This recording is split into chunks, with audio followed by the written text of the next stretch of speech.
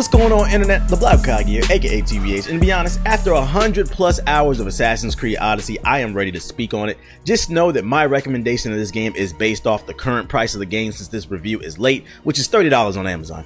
But before we get into the review, just know that my full Let's Play of this game is available to watch over on my second channel at Black Hokage Plays. There will be a link in the description box below. Alright, so where does Assassin's Creed go after Origins? I won't spoil anything, but if you're worried why this game took place before the creation of the Brotherhood, then don't worry. The game will answer those questions, and it did a solid job of doing so in my opinion. In Odyssey, you can play as either male or female, and it was awesome for Ubisoft to give players that option, but unfortunately, that option is mostly just aesthetic. There's no real difference between the two characters' storylines besides one thing that I can't mention because that would be a spoiler. It's also a bummer this game features a dialogue tree for the first time in the series, and there's no real difference in how people interact with you. It would have been cool to see some slight differences in how people interact with you based off your sex, but the dialogue options seem to be cut and dry regardless of gender.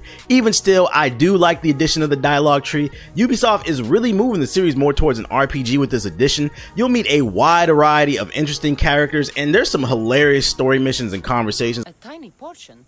Of course. Less taxes, reasonable operational expenses, and I'll make sure She really bucked at my man's though. Combat takes what was established in Origins and it builds upon it. At its core, combat is still very Dark Souls, Witcher inspired, but this time Ubisoft opted to throw all that historical accuracy out of the window and focus on the fun. In Odyssey, you wield the blade of Leonidas, which is blessed by the Greek gods. What does that mean for the gameplay? A lot more mystical elements are established in the game. Do you want to teleport behind the enemy for an instant stealth kill like Minato? Check. Do you want to heal yourself at any point in the battle? Check. Want to jump from any height without taking damage? Check. There is a large skill tree in Odyssey with a lot of fun abilities to experiment with. This aspect of the game has been a subject of criticism for some people. I've seen a lot of people saying the game no longer looks realistic or like Assassin's Creed. My take: have we all been playing the same series? I mean, did you guys forget that we had to fight the Pope who controlled a magical staff that could warp reality in Assassin's Creed 2? Did y'all forget when that whole city blew up from like a piece of Eden in Rogue? Mystical elements and secret societies have been a main part of the game. I just think that they turned it up a notch in Odyssey and embraced the silliness of it all. I like it. I feel like the developers focus on just trying to make a fun game, and I think they succeeded there. Ship combat returns in Odyssey, and if you're unfamiliar with my channel or content, then just know that I was not a big fan of Black Flag.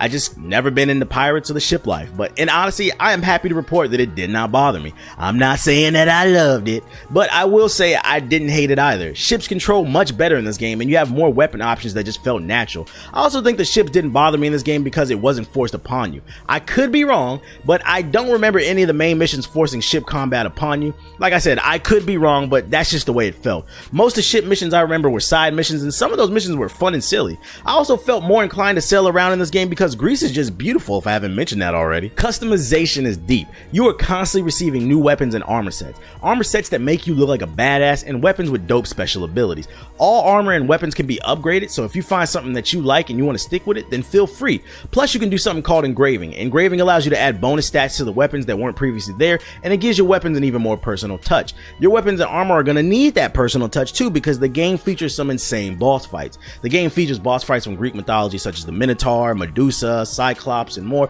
Plus, there are these legendary animals that you can fight. Not to mention, Ubisoft is constantly dropping free content updates for the game with new boss fights to challenge you. I mean, this game is content heavy, but it's not all roses. There are some negatives other than the ones that I mentioned earlier. This is an open world game, so expect some glitches here and there. Yo, I'm mad I'm really having to arrow spam him. This is bullshit.